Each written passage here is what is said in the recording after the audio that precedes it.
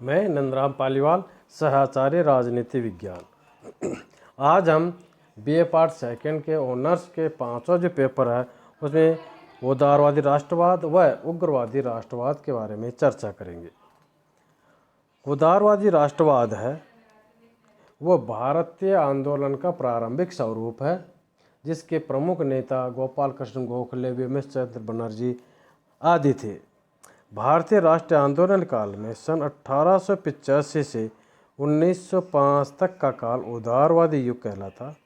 उदारवादी नेता ब्रिटिश जनता की जन्मजात न्यायप्रियता में विश्वास और गहरी आस्था रखते थे।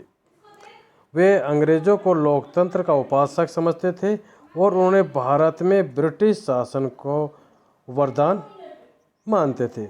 उनका ये विश्वास था कि अंग्रेज स्वभाव से न्यायप्रिय होते हैं, वो भारतीयों के साथ भी न्याय करेंगे।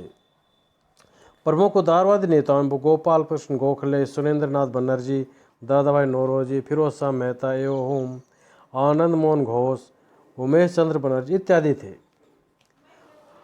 उदारवादी राष्ट्रवादियों के द्वारा जो नीतियाँ और गतिविधियाँ की थी और जो उन्होंने मांगे की थी वो इस प्रकार है। पहला, ब्रिटिश सरकार के प्रति निष्ठा। उदार राष्ट्रवाद के भारतीय नेता देशभक्त एवं विद्वान होने के साथ साथ ब्रिटिश शासन की नीतियों, संस्था तथा भाषा सभ्यता के प्रति वफादार व प्रशंसक थे। दादाभाई नौरोजी ने तो यहाँ तक कहा है कि हमें गर्व से कह सकते हैं कि हम प्रारंभ से अंत तक ब्रिटिश सरकार के प्रति वफादार रहे हैं। हम ये अच्छी तरह जानते हैं कि ब्रिटिश सरकार ने हमें लाभान्वित किया है। दूसरा, शिक्षा एवं सभ्यता के पोषक। ये पाश्चात्य शिक्षा और सभ्यता के पोषक थे और पश्चिमी शिक्षा और सभ्यता को अच्छा मानते थे। उस संस्कृति को अपना पथ प्रदर्शक तथा उच्च कोटि की मानते थे। भारतीय सभ्यता और संस्कृति के मुकाबले इनको विश्वास था कि भारतीय सभ्यता और संस्कृति के मुकाबले पाश्चात्य सभ्यता और संस्कृति अच्छी है, मार्गदर्शक है। उमेश चंद्र बनर्जी ने कहा है कि पाश्चात्य शिक्षा भारत एवं भारतवासियों के लिए वरदान है। अंग्रेजों की न्यायप्रियता में विश्वास। लॉर्ड लिटन की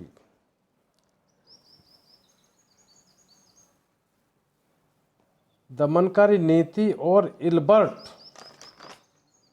विवाद, जाति विभेद आदि बातों के बावजूद भारतीय उदारवादियों को अंग्रेजों की न्यायप्रियता में अटूट विश्वास था।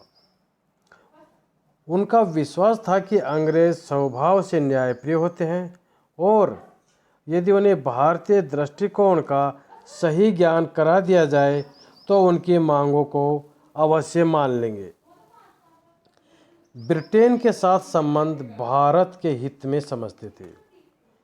उदारवादी नेताओं की मान्यता थी कि ब्रिटिश शासन ने अंग्रेजी शिक्षा, पाश्चात्य सभ्यता आदि के रूप में भारत को एक प्रगतिशील सभ्यता प्रदान की है तथा बाह्य व आंतरिक आक्रमणों से छुटकारा दिलाया है। सुरेंद्र नाथ बनर्जी ने कहा है कि ब्रिटिश शासन ईश्वर का ऐसा वरदान है जो भारत में मध्ययुगीन निम्न स्तर से उठाकर उच्च स्तर तक ले जाने के लिए प्राप्त हुआ है। पांचवा, क्रमिक सुधारों में विश्वास। उदारवादी नेता क्रमिक धीरे धीरे संवैधानिक तरीकों से सुधार करना चाहते थे।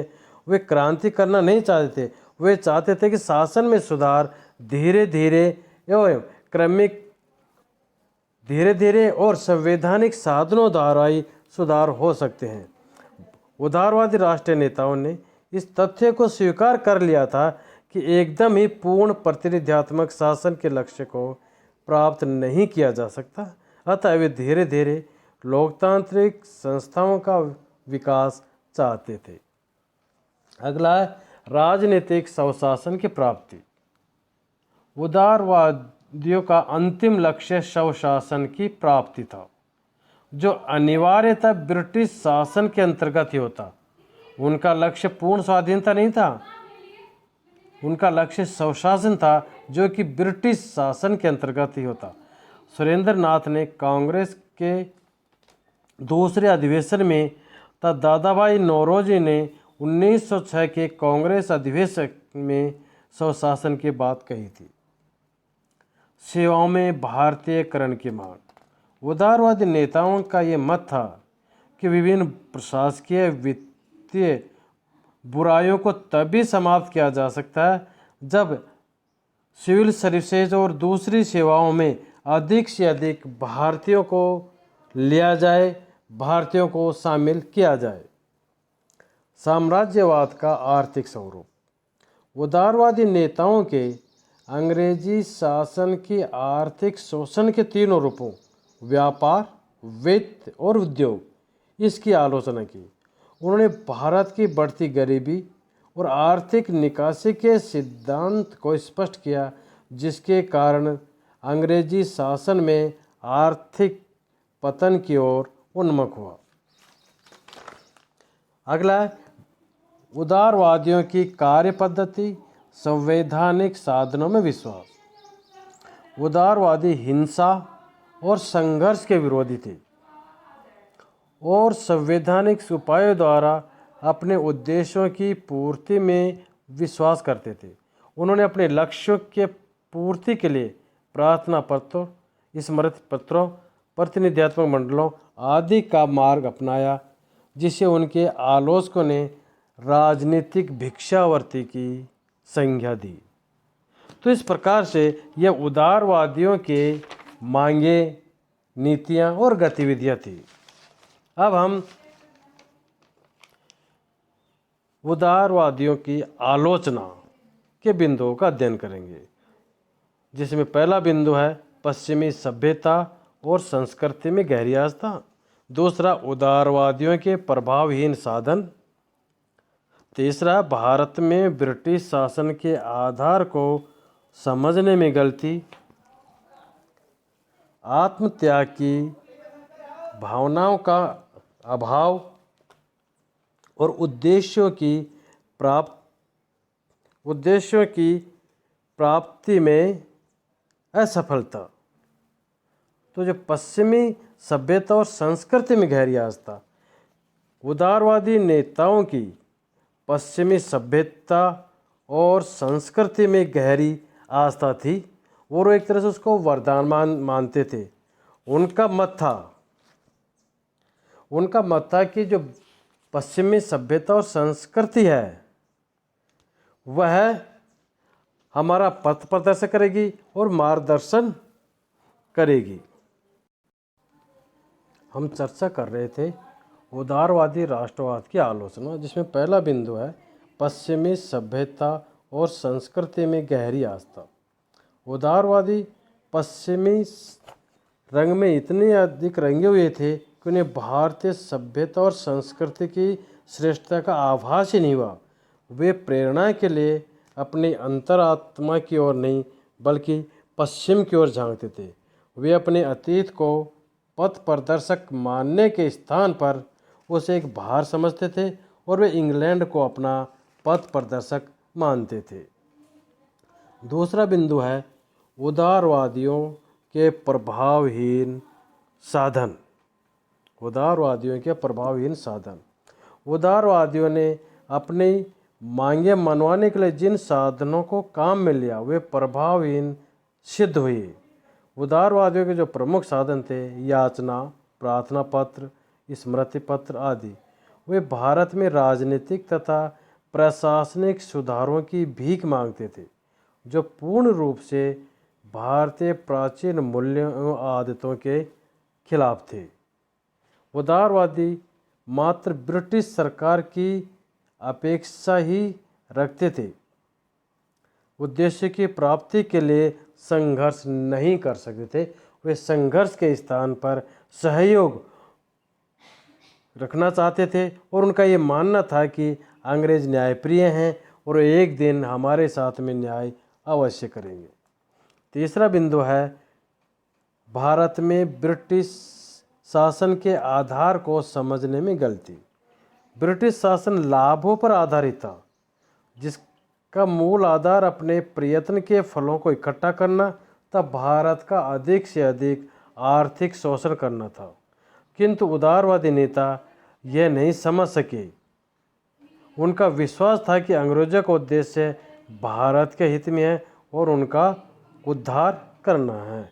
इस प्रकार से जो भारत पर ब्रिटिश शासन का आधार था, उसको समझने में उन्होंने गलती की। अगला, आत्मत्याग की भावना का अभाव। आत्मत्याग की भावना का अभाव। उदारवादी देशभक्त थे, इसमें कोई शक नहीं, परंतु वे देशभक्त से ज़्यादा राजभक्त थे। वे राष्ट्र का निर्माण तो करना चाहते थे, किंतु उनमें उसके लिए आवश्यक त्याग, बलिदान और कष्ट सहने की शक्ति नहीं थी। लाला लाजपत राय ने यंग इंडिया में लिखा कि उदारवादी आंदोलन लंगड़ा और निरुत्साही राजनीतिक आंदोलन था। यह रियायतों और स्वतंत्रता की मांग तो करता था, किंतु ये बलिदान पर आधारित नहीं था। जनसंपर्क का भाव। उदारवादी बुद्धिजीवी अवश्य थे, परंतु सामान्य जनता पर वे अधिक प्रभाव नहीं डाल सके। लाला लाजपत राय ने ठीक ही लिखा है कि यह न तो लोगों द्वारा प्रेरित था और न ही उनके द्वारा आयोजित। यह आंदोलन अंदर से नहीं था। आलोचना का अगला बिंदु है उद्देश्यों की प्राप्ति में असफलता। उदारवादियों के उद्देश्य सीमित थे। उन्हें पूर्ण स्वराज्य की मांग कभी भी नहीं की। उनकी मांग केवल स्वशासन तक ही सीमित थी। वे अधिक से अधिक उपनिवेशों की भांति प्रतिनिधित्वपूर्ण संस्थाओं की मांग ही करते थे। वे ये नहीं समझ सके कि ब्रिटिश शासन से जो पशु शक्ति पर आधारित था, अधिकारों की प्राप्ति केवल संवैधानिक साधनों द्वारा नहीं हो सकती। इसके लिए ठोस, सक्रिय और उग्र साधनों की भी आवश्यकता पड़ती थी। इसलिए उदारवादी साधनों की राजनीतिक भिक्षा को जो उग्रवादी थे, वो उदारवादी साधनों की राजनीतिक भिक्षावर्ती कह करके निंदा करते थे। अब है भारतीय उदारवादियों का योगदान या महत्व, कि भारतीय राष्ट्रीय आंदोलन में उदारवादियों का क्या महत्व रहा, क्या योगदान रहा। तो है महत्व में ये होम गोपाल कृष्ण गोखले, दादाभाई नौरोजी, सुरेंद्रनाथ बनर्जी, फिरोज शाह मेहता, उमेश चंद बनर्जी आदि जो उदारवादी नेता थे, इन्होंने राष्ट्रीय आंदोलन में क्या योगदान दिया, इनका क्या महत्व था, इन्होंने ब्रिटिश सरकार की गलतियों को किस प्रकार से जनता के सामने रखा, इसके बारे में अपन चर्चा करेंगे। तो इसमें पहला है आर्थिक न्याय। दूसरा बिंदु है भारतीय समाज को एकता के सूत्र में संगठित करना। तीसरा बिंदु है ब्रिटिश शासन के दोष स्पष्ट करना। अगला है समाज सुधार। पांचवा धर्मनिरपेक्षता। छठा व्यक्ति की गरिमा में विश्वास। सातवां है भारतीय परिषद अधिनियम 1892। भारतीय राष्ट्रीयता और जन जागृति के जनक। भारतीयों को राजनीतिक शिक्षा। पूर्ण स्वाधीनता की इमारत का शिलान्यास। भारतीय राष्ट्रीयता के कारण भारतीय स्वाधीनता संग्राम का आधार तैयार करना। ये इसके महत्व के बिंदु हैं जिनका आप अलग से